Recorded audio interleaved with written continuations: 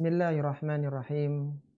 Assalamualaikum warahmatullahi wabarakatuh. Innal hamdalillah nahmaduhu wa nasta'inuhu wa nastaghfiruh wa na'udzu billahi min shururi anfusina wa min sayyiati a'malina. Man yahdihillahu fala mudhillalah wa man yudlil fala hadiyalah. Wa ashhadu an la ilaha illallah wahdahu la syarikalah wa ashhadu anna Muhammadan abduhu wa rasuluhu amma ba'du. Akhwati fillah rahimani wa rahimakumullah. Alhamdulillah, kita bersyukur kepada Allah Subhanahu wa taala yang mana kita kembali dipertemukan oleh Allah Subhanahu wa taala di majelis ilmu yang mulia. Beratnya ujian di akhir zaman ini, berbagai macam cobaan yang menimpa kaum muslimin di muka bumi ini, semoga tidak menghalangi semangat kita untuk mempelajari ilmu agama dan semakin meningkatkan keimanan dan ketakwaan kita di sisi Allah Subhanahu wa taala. Bagaimana Allah Subhanahu wa taala ingatkan tentang ujian kepada orang-orang yang beriman di dalam Al-Qur'an, Allah Subhanahu wa taala berfirman, "Wala nabluwannakum bisyai'im minal khawfi wal ju'i wa naqsim minal amwali wal anfusi was samarat wa basyiris sabirin." Kata Allah Subhanahu wa taala, sungguh kami akan menguji kalian dengan kekurangan buah-buahan, dengan rasa takut, dengan rasa lapar, kekurangan jiwa, kekurangan buah-buahan, wa basyiris sabirin, dan berikanlah kabar gembira kepada orang-orang yang bersabar. Semoga apa yang sudah kita lakukan di dalam masa-masa pandemi ini dibalas oleh Allah Subhanahu wa taala dengan pahala yang berlipat ganda. Akhwati fillah rahimani wa rahimakumullah. Kita tahu bahwa keberadaan seorang muslimah di dalam agama Islam ini sangat memberikan andil besar, memberikan pengaruh yang luar biasa, baik di dalam keilmuan maupun di dalam penyebaran agama Islam yang mulia ini. Kita coba menengok bagaimana peranan wanita di masa Nabi Shallallahu Alaihi Wasallam, sehingga hanya dalam durasi 53 tahun Islam tersebar, Islam menjadi poros imperium besar dunia, dan di antara yang mendukungnya adalah kaum wanita. Ada 5 peran wanita yang ada di zaman Nabi Shallallahu Alaihi Wasallam dalam andil mereka membangun peradaban. Yang pertama adalah sebagai pendukung dakwah Nabi Shallallahu Alaihi Wasallam. Keberadaan ummahatul mukminin, istri-istri Nabi Shallallahu Alaihi Wasallam di sisi Nabi Shallallahu Alaihi Wasallam dalam menjalankan dakwahnya ini memberikan pengaruh yang sangat besar. Kita ambil contoh misalnya Khadijah radhiyallahu taala anha adalah seorang wanita yang menenangkan Rasulullah sallallahu alaihi wasallam. Ketika Rasulullah sallallahu alaihi wasallam merasa ketakutan saat pertama kali diutus menjadi seorang nabi dan rasul. Rasulullah sallallahu alaihi wasallam ketika didekap oleh malaikat Jibril, kemudian Rasulullah pulang ke istrinya Khadijah radhiyallahu taala anha. Beliau minta diselimuti. Maka siapa yang menenangkan Nabi sallallahu alaihi wasallam ketika itu? Tidak lain adalah Khadijah radhiyallahu taala anha. Apa kata Khadijah? Menenangkan Rasulullah sallallahu alaihi wasallam yang butuh support, butuh dukungan waktu itu. Khadijah radhiyallahu taala anha mengatakan, "Kalla wallahi ma yuhzikallahu abadan." Sekali-kali tidak, demi Allah, Allah tidak akan menyia-nyiakanmu sedikit pun wahai suamiku. Innaka latasilur rahim wa tahmilul kalla wa taksibul ma'duma wa tukri dhaifa wa tu'inu ala nawaibil haqqi. Kata Khadijah radhiyallahu taala anha, sesungguhnya engkau adalah seorang yang suka menyambung silaturahmi. Engkau adalah orang yang suka meringankan beban orang lain. Engkau adalah seorang yang membantu orang-orang yang lemah, memuliakan tamu, dan senantiasa membantu jalan-jalan kebenaran. Lihatlah bagaimana Khadijah radhiyallahu taala anha mengambil andil menenangkan Rasulullah sallallahu alaihi wasallam sehingga secara kejiwaan Rasulullah kembali tenang dan kembali siap untuk menjalankan roda dakwahnya. Bahkan Khadijah radhiyallahu taala anhalah yang mengantarkan Rasulullah Shallallahu alaihi wasallam kepada Naufal untuk menjelaskan bagaimana yang terjadi pada Nabi Shallallahu alaihi wasallam ketika itu. Di antara contoh dukungan para istri-istri Nabi Shallallahu alaihi wasallam kepada Rasulullah Shallallahu alaihi wasallam adalah memberikan saran yang brilian kepada Rasulullah. Kita tentu masih ingat para akhwat rahimani wa rahimakumullah, kejadian perjanjian Hudaybiyah di bulan Dzulqa'dah tahun 6 Hijriah, yang mana kaum muslimin waktu itu tidak bisa memasuki kota Makkah dan berujung dengan kejadian perjanjian Hudaybiyah. Maka saat mereka tidak bisa melakukan umroh, mereka harus bertahallul. Mereka harus membatalkan umroh mereka dengan mencukur rambut mereka dan memotong hadyu mereka. Ketika Rasulullah SAW memberikan instruksi, "Wahai sahabatku, sembelihlah hadyu kalian dan bercukurlah kalian." Diulang instruksi itu 3 kali. Maka tidak ada seorang sahabat pun yang beranjak. Mereka berharap bahwa ada ayat yang turun untuk merubah perjanjian Hudaybiyah. Mereka masih merasa berat untuk menerima isi perjanjian Hudaybiyah. Maka saat instruksi Nabi SAW tidak dijalankan, Rasulullah SAW masuk di kemahnya Ummu Salamah radhiyallahu taala anha yang ikut dalam perjanjian Hudaybiyah itu. Maka apa kata Ummu Salamah? Memberikan ide briliannya kepada suaminya yang tercinta. Rasulullah SAW, Ummu Salamah mengatakan, "Ya Nabi Allah, atuhibbu dzalik?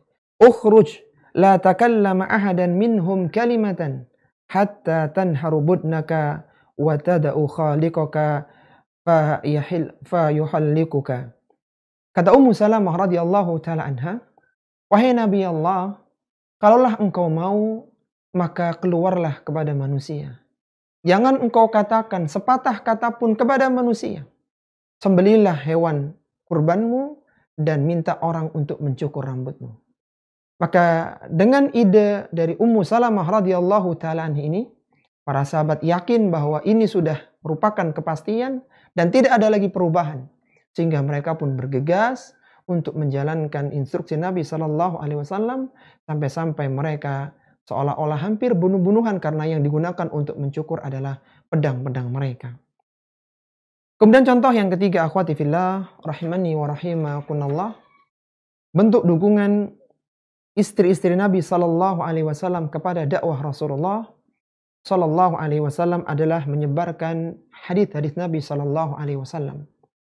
Kita tahu kedekatan para ummahatul mukminin, istri-istri Rasulullah Shallallahu alaihi wasallam dengan Nabi Shallallahu alaihi wasallam merupakan momentum yang sangat tepat untuk mereka menimba ilmu dari Rasulullah Shallallahu alaihi wasallam. Sehingga dari situlah tersebar banyak hadis melalui lisan ummahatul mukminin. Tercatat dalam tinta emas sejarah bagaimana para istri-istri Nabi, mereka tidak hanya disibukkan dengan urusan rumah tangga, akan tapi mereka mengambil peran untuk menyebarkan ilmu agama. Di antara mereka adalah Aisyah radhiyallahu taala anha. Ummul Mukminin Aisyah radhiyallahu taala anha telah meriwayatkan hadis sebanyak 2.210 hadis. Bahkan ulama-ulama muhadditsin telah meletakkan Aisyah radhiyallahu taala anha di dalam peringkat keempat sahabat yang terbanyak meriwayatkan hadis Nabi sallallahu alaihi wasallam. Antum bisa bayangkan seorang wanita tapi banyak menghafal hadis, bahkan banyak meriwayatkan hadis dari Nabi sallallahu alaihi wasallam. Yang berikutnya adalah Ummu Habibah radhiyallahu taala anha. Beliau telah meriwayatkan 65 hadis Nabi sallallahu alaihi wasallam. Hafsah binti Abu Bakar binti Umar radhiyallahu taala anhuma telah meriwayatkan 60 hadis Nabi. Zainab binti Jahsh telah meriwayatkan 11 hadis dan Safiyah binti Huyai telah meriwayatkan 10 hadis Nabi sallallahu alaihi wasallam. Peran yang pertama, keberadaan mereka mendukung dakwah Rasulullah sallallahu alaihi wasallam. Di belakang seorang laki-laki yang hebat ada wanita yang mendukungnya. Di depan, di belakang kesuksesan Nabi Shallallahu Alaihi Wasallam ada istri-istri beliau yang siap untuk memberikan saran, memberikan hiburan, bahkan siap untuk menyebarkan keilmuan Rasulullah Shallallahu Alaihi Wasallam. Kalaulah kita tarik dalam konteks kita, maka antun sebagai seorang muslimah manfaatkan posisi antun untuk menjadi bagian dari dakwah ini dengan berikan dukungan kepada dakwah. Ketika antun merupakan istri seorang dai, maka dukung suami antun. Ketika antun merupakan istri seorang ikhwan, maka dukung dia agar istiqamah di atas jalan yang benar ini. Kemudian peranan yang kedua adalah sebagai sarana turunnya ayat-ayat Al-Quran. Kita tahu beberapa ayat Al-Quran itu turun berkenaan dengan kejadian-kejadian tertentu. Jadi sebagian sababun nuzul sebuah ayat itu berkaitan dengan wanita, khususnya para ummahatul mukminin, istri-istri Nabi Sallallahu Alaihi Wasallam. Di antara ayat yang turun disebabkan karena interaksi Rasulullah Sallallahu Alaihi Wasallam dengan istri-istrinya, yang pertama adalah ayatut tayammum. Ayat yang mensyariatkan tentang tayammum, yaitu surat Al-Ma'idah pada ayat yang ke-6. Fatayammamu sa'idan tayyibah. Ayat ini akhwati fillah rahimani wa rahimakunallah turun berkenaan dengan kejadian yang menimpa Aisyah radhiyallahu taala anha. Suatu ketika Aisyah radhiyallahu taala anha diajak safar oleh Rasulullah sallallahu alaihi wasallam. Di tengah perjalanan, kalung Aisyah yang merupakan pinjaman dari saudarinya Asma binti Abu Bakar itu hilang. Sehingga Rasulullah Sallallahu Alaihi Wasallam memerintahkan kepada para sahabatnya untuk mencari kalung Aisyah radhiyallahu taala anha. Berhentilah perjalanan dan diperintahkan para sahabat untuk mencarinya. Dicari oleh para sahabat di semua tempat yang mungkin kalung itu jatuh di sana, akan tapi sampai datangnya waktu sholat, tidak ada berita kalung itu ditemukan. Maka para sahabat Nabi yang terbiasa sholat di awal waktunya, mereka bergegas melakukan sholat tanpa berwudu, karena mereka tidak mendapatkan air di tempat itu. Setelah selesai sholat, maka datanglah mereka kepada Nabi Shallallahu Alaihi Wasallam, menceritakan kejadiannya bahwa kalung belum ditemukan, dan mereka terpaksa sholat karena datang waktu sholat dan mereka sholat dengan tanpa wudu. Maka apa yang terjadi akhwati fillah rahimani wa rahimakunallah? Turunlah ayatut tayammum. Surat Al-Ma'idah pada ayat yang ke-6. Sehingga memudahkan kaum muslimin ketika mereka dalam posisi tidak mendapatkan air atau tidak bisa menggunakan air, maka mereka bisa sholat dengan menggunakan tayamum, yaitu dengan perantara debu. Apa kata Usaid bin Hudayr yang melihat kejadian yang sangat menakjubkan ini? Peristiwa hilangnya kalung Aisyah menyebabkan turunnya ayatut tayammum ini. Kata Usaid bin Hudayr radhiyallahu taala anhu, beliau mengatakan kepada Aisyah radhiyallahu taala anha, "Jazakillahu khairan. Fa wallahi ma nazala biki amrun qat illa ja'alallahu laki minhu makhrajan wa ja'ala lil muslimina fihi barakatan." Kata Usaid bin Hudayr radhiyallahu taala anhu, Jazakillahu khairan. Semoga Allah membalasmu dengan kebaikan, wahai Aisyah radhiyallahu taala anha. Tidaklah demi Allah, tidaklah engkau tertimpa dalam suatu permasalahan kecuali Allah berikan jalan keluarnya, dan itu merupakan keberkahan bagi kaum muslimin. Dengan turunnya ayat tayammum, maka kaum muslimin lebih mudah untuk bersuci ketika tidak mendapatkan air. Siapa yang menjadikan sebab turunnya ayat itu? Adalah wanita, yaitu Ummul Mukminin Aisyah radhiyallahu taala anha. Contoh yang kedua, akhwati fillah rahimani wa rahimakunallah, ayat yang turun disebabkan karena muamalah Rasulullah sallallahu alaihi wasallam dengan para istrinya, para ummahatul mukminin, adalah ayatut takhir, yaitu surat Al-Ahzab pada ayat yang ke-28 dan ke-29. Ketika itu para ummahatul mukminin merasa berat karena himpitan kebutuhan di Madinah. Harga-harga barang naik, sedangkan pemasukan tetap. Sehingga mereka meminta kepada Nabi SAW agar ditambah nafkahnya, agar ditambah uang belanja untuk mereka, sehingga mereka tidak kesulitan di dalam mengatur dapur mereka. Apa yang dilakukan oleh Nabi SAW ketika didesak oleh para istrinya untuk menambah uang belanja? Maka Nabi SAW mengilak mereka semua. Rasulullah tidak mendekati mereka semua selama 1 bulan lamanya. 29 hari. Maka Allah Subhanahu wa taala menurunkan kepada nabinya yang mulia sallallahu alaihi wasallam ayatut takhir. Beliau sallallahu alaihi wasallam datang kepada Aisyah radhiyallahu taala anha dan mengatakan kepada Aisyah. Beliau mengatakan, inni dzakara laki amran wala alayki an la ta'jali hatta tastamara abawaiki. Wahai Aisyah radhiyallahu taala anha, aku telah mendapatkan satu keputusan.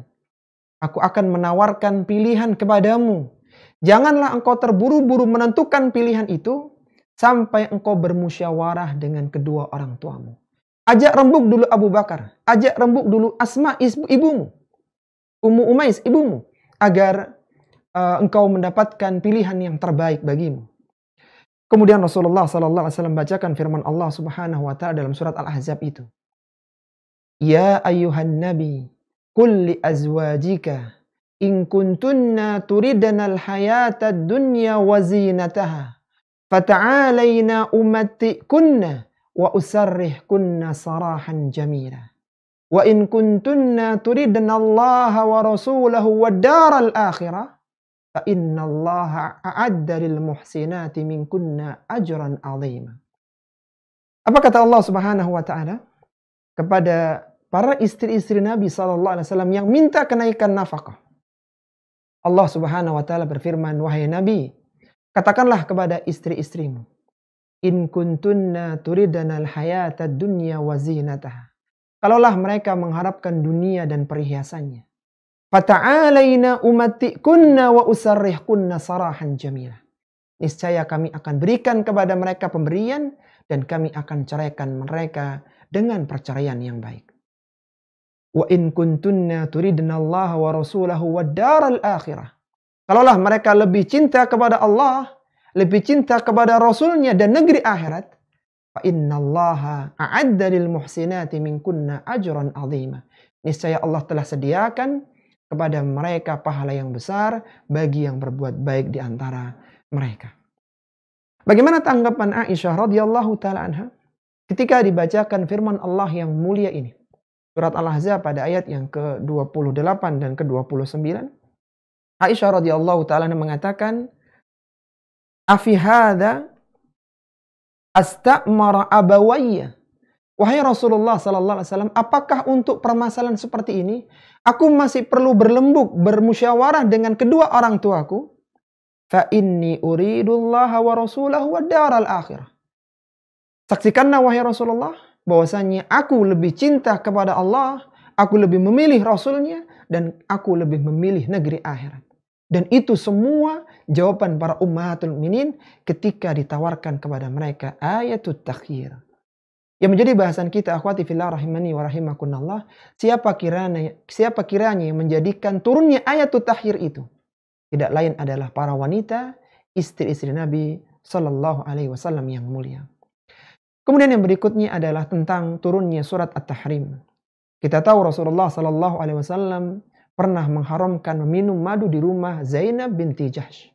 Yang itu menjadikan tidak nyaman Aisyah radhiyallahu taala dan Hafsah. Sehingga Allah Subhanahu wa taala menegur mereka berdua dengan menurunkan firman Allah di awal surat At-Tahrim. Allah Subhanahu wa taala berfirman, Ya ayyuhan nabiyyu lima tuharrimu ma ahallallahu lak tabtaghi mardata azwajik wallahu ghafurur rahim. Kata Allah Subhanahu wa taala, wahai Nabi, kenapa engkau mengharamkan perkara yang Allah halalkan kepadamu hanya untuk menyenangkan istri-istrimu? Engkau mencari kesenangan istri-istrimu dan Allah Subhanahu wa taala Maha Pengampun lagi Maha penyayang. Ini di antara contoh ayat-ayat yang turun, yang penyebab turunnya adalah wanita, yaitu istri Nabi Shallallahu Alaihi Wasallam yang mulia. Kemudian yang berikutnya, peran ketiga akhwati fillah, rahimani wa rahimakunallah, adalah sebagai teladan di dalam pelaksanaan fikih Islam. Kita tahu bahwasannya hukum Islam itu tidak hanya berlaku untuk laki-laki. Sebagiannya, bahkan sebagian besarnya itu berlaku untuk wanita. Di antaranya adalah tentang bolehnya wanita yang haid tidur bersama suaminya. Sebagaimana disebutkan oleh Ummu Salamah radhiyallahu taala anha ketika beliau sedang tidur bersama Rasulullah sallallahu alaihi wasallam dalam satu selimut, kemudian beliau malam itu keluar haidnya, maka Ummu Salamah keluar dari tempat tidur mengenakan pakaian khusus haidnya, lalu Nabi sallallahu alaihi wasallam memanggilnya dan memintanya untuk tidur kembali bersama Nabi sallallahu alaihi wasallam. Ini merupakan contoh bahwa wanita haid itu boleh tidur bersama suaminya dalam satu selimut. Siapa yang menunjukkan hadis ini adalah Ummu Salamah, istri Nabi Shallallahu Alaihi Wasallam. Kemudian yang kedua adalah contoh tentang pelaksanaan hukum bagi wanita yang haid yang sedang dipingit untuk tetap keluar ketika hari Id. Meskipun mereka tidak sholat, tapi dalam syariat Islam yang mulia, wanita yang haid ini tetap harus hadir untuk melihat sholat Id bersama manusia agar mereka bisa mengaminkan doa manusia ketika itu. Sebagaimana disebutkan oleh Ummu Atiyah radhiyallahu ta'ala anha, dia mengatakan, "Umirna Rasulullah sallallahu alaihi wasallam an nukhrijahunna fil fitri wal adha al-awatiqa wal huyyada wa dawatul huduri." Kami diperintahkan oleh Rasulullah sallallahu alaihi wasallam ketika Idul Fitri dan Idul Adha untuk mengeluarkan para gadis-gadis, wanita yang sedang haid, wanita yang berhalangan, semuanya diperintahkan hadir di tanah lapang itu. Fa'ammal huyyadu fayatazilna salatah. Adapun orang yang haid, maka mereka mengambil tempat tersendiri, tidak bergabung di dalam jamaah orang-orang yang sedang salat. Wa yashhadna al-khaira wa da'watal muslimin, agar mereka menyaksikan kebaikan dan doanya orang-orang Islam waktu itu. Siapa yang menjelaskan tentang fikih ini? Fikih wanita haid masih harus berangkat ke tanah lapang ketika Id adalah Ummu Atiyah, seorang wanita sahabiyah di kalangan sahabat-sahabat Nabi radhiyallahu taala anhum. Kemudian yang ketiga contohnya adalah tentang iddah dengan satu kali haid bagi wanita yang mengajukan khulu. Kita tahu akhwati fillah rahimani wa rahimakunallah, wanita yang mengajukan khulu itu tidak boleh langsung menikah kecuali setelah menyelesaikan iddahnya. Kita tahu bahwasanya pemutusan pernikahan itu ada 3, ada cerai haknya suami, khulu miliknya istri, dan fasah miliknya sultan, pengadilan. Kalaulah cerai itu dengan 3 kali haidnya, dengan 3 kali suci, dengan 3 kali kuru, maka khulu itu cukup dengan 1 kali haid saja. Sebagaimana disebutkan dari Rabi binti Muawidh radhiyallahu taala anha, "Istala'tu min zauji thumma ji'tu Utsman." Aku mengajukan khulu kepada suamiku, kemudian aku mendatangi Utsman bin Affan radhiyallahu taala anhu. Fasa'altuhu madza 'alayya minal iddah. Dia tanya apa iddah yang harus aku lakukan. Faqala la idda 'alaiki illa an takuni haditsaka ahdin bihi. Tidak ada iddah bagimu kecuali engkau telah berhubungan dengan suamimu. Fatamkuthi hatta tahidi haidatan, maka cukup bagimu untuk beriddah dengan 1 kali haid saja. Dan ini sebagaimana disebutkan oleh Nabi SAW dalam kisahnya Maryam al-Mughaliyah, yaitu istri Thabit bin Qais bin Shammas yang juga dikhulu oleh Thabit bin Qais bin Shammas tersebut. Sehingga fikih tentang iddah ini bagi wanita yang khulu ini yang menjelaskan adalah wanita, yaitu yang bertanya kepada Utsman bin Affan radhiyallahu taala anhu. Lihatlah para akhwat rahimani wa rahimakunallah, bagaimana para wanita mengambil peran untuk menjelaskan fikih kewanitaan, fikih tentang pernikahan kepada sama mereka. Maka kalau kita tarik pada zaman kita sekarang, antunna harus berusaha ikut andil dalam menjelaskan hukum-hukum Islam kepada manusia, kepada para ummahat, kepada para akhwat, kepada para wanita, sehingga mereka tahu hukum-hukum Allah yang mereka harus menjalankannya. Kemudian yang keempat adalah sebagai pencetak regenerasi umat. Mereka tidak disibukkan dengan banyak pekerjaan di luar, akan tapi mereka berusaha membesarkan anak-anak mereka agar muncul generasi umat di masa depan. Rasulullah Shallallahu Alaihi Wasallam itu tidak memiliki keturunan sebagai pelanjut keturunan beliau Shallallahu Alaihi Wasallam kecuali melalui istrinya, khususnya dari Khadijah radhiyallahu taala anha. Kita tahu Khadijah dalam membesarkan anak-anaknya itu adalah dengan kasih sayang. Bahkan Khadijah itu mendapatkan surga yang tidak ada keributan di dalamnya, karena Khadijah membesarkan anak-anaknya dengan kedamaian. Apa kata Nabi Shallallahu Alaihi Wasallam tentang Khadijah, seorang wanita yang telah melahirkan Zainab, Ruqayyah, Ummu Kulthum, dan Fatimah radhiyallahu taala anhunna? Rasulullah Shallallahu Alaihi Wasallam menyebutkan tentang keutamaan Khadijah, amanat bi hina kafara biyan nas. Dia beriman kepadaku ketika manusia kufur kepadaku. Khadijah adalah wanita yang pertama kali beriman kepada Nabi. Wasaddaqatni hina kadzdzabani an-nas. Dialah yang membenarkanku ketika manusia mendustakanku. Wa asyrakatni fi maliha hina haramani an-nas. Dialah yang menyumbangkan hartanya untukku ketika manusia menghalangi hartanya kepadaku. Wa razaqani Allahu waladaha wa harrama walada ghairiha.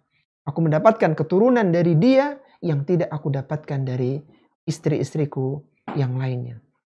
Khadijah mengambil peran untuk regenerasi umat di masa depan. Dibesarkanlah anak-anak Rasulullah Sallallahu Alaihi Wasallam sehingga muncullah Zainab, muncullah Ruqayyah, Ummu Kulthum, dan Fatimah radhiyallahu taala anhunna. Sebelum kita masuk pada peran yang terakhir, coba kita murojaah 4 peran wanita di zaman Nabi Sallallahu Alaihi Wasallam. Silakan disebutkan 4 peran yang sudah kita pelajari bersama tadi. Apa yang pertama? Peran wanita di zaman Nabi Sallallahu Alaihi Wasallam. Membantu dakwah sebagai pendukung dakwahnya Rasulullah Sallallahu Alaihi Wasallam. Itu yang pertama. Yang kedua? Sebagai sarana turunnya ayat Al-Quran. Ahsan. Sebagai sarana turunnya ayat-ayat Al-Quran. Kemudian yang ketiga? Sebagai teladan dalam pelaksanaan fikih Islam. Sebagai teladan dalam pelaksanaan fikih Islam, terutama fikih-fikih muslimah. Kemudian yang keempat? Sebagai pencetak regenerasi umat. Untuk mencetak regenerasi umat. Yang terakhir, akhwati fillah rahimani wa rahimakunallah, peran para wanita di zaman Nabi Sallallahu Alaihi Wasallam adalah sebagai penjaga di lini belakang. Mereka ikut andil dalam membantu lini belakang dari dakwah ini, bahkan dalam perjuangan peperangan. Kita ambil contoh misalnya di perang Khandaq yang terjadi di tahun 5 Hijriyah. Ketika para sahabat itu semua berjaga-jaga di parit, di Khandaq untuk menghalangi masuknya pasukan-pasukan sekutu dari Makkah. Maka tidak ada seorang pun yang menjaga para wanita dan anak-anak di jantung kota Madinah, kecuali hanya Hasan bin Thabit radhiyallahu taala anhu. Dan Hasan bin Thabit waktu itu sudah senja usianya, sehingga tidak diberangkatkan Nabi untuk berperang, tapi menjaga kaum wanita yang ada di jantung kota Madinah, di ibu kota Madinah waktu itu.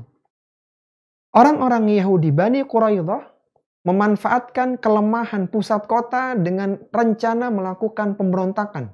Mereka akan melakukan penyerangan di jantung kota Madinah. Mereka mengirim intelijen, mata-mata untuk memastikan bahwa kota Madinah sedang status quo, sedang kosong sekarang ini. Menyusuplah seorang Yahudi, kemudian diketahuilah orang Yahudi ini oleh Safiyah binti Abdul Muttalib.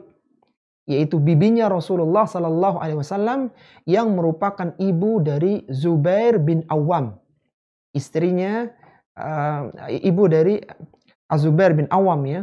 Yang kita tahu Sofiyah binti Abdul Muttalib ini adalah wanita yang pemberani, sehingga terdidiklah anak-anak dari Sofiyah ini antara Zubair bin Awam sebagai seorang yang pemberani. Apa yang dilakukan oleh Sofiyah ketika melihat ada seorang yang menyusup di kota itu, di kota Madinah, maka dia meminta kepada Hasan bin Thabit untuk membunuh orang ini.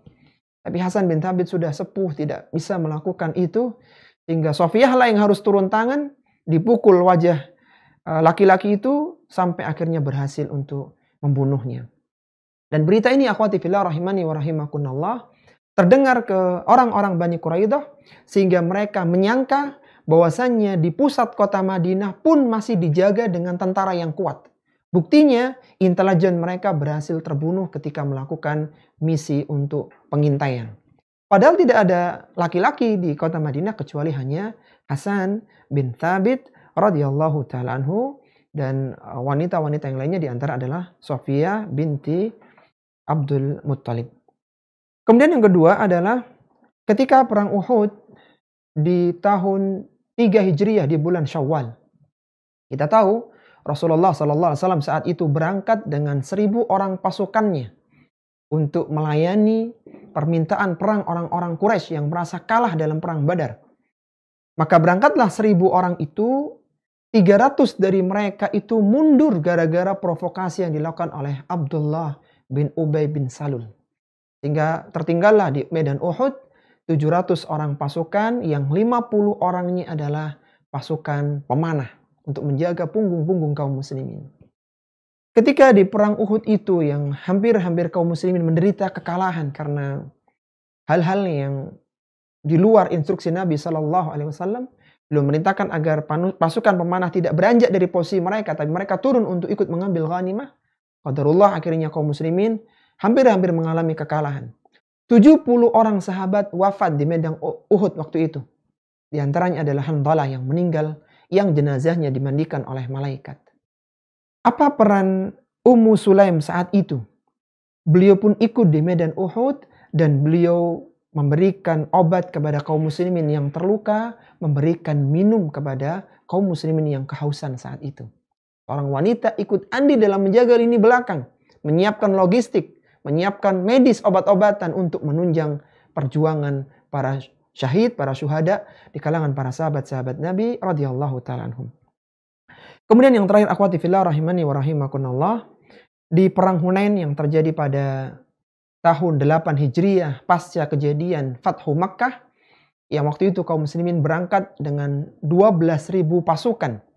10.000 pasukan yang dibawa oleh Rasulullah ketika Fathu Makkah ditambah dengan 2.000 lagi dari pasukan-pasukan baru yang tergabung pasca Fathu Makkah. Berangkatlah 12.000 pasukan ini ke Hunain, yang waktu itu hampir-hampir mereka menderita kekalahan, hampir saja.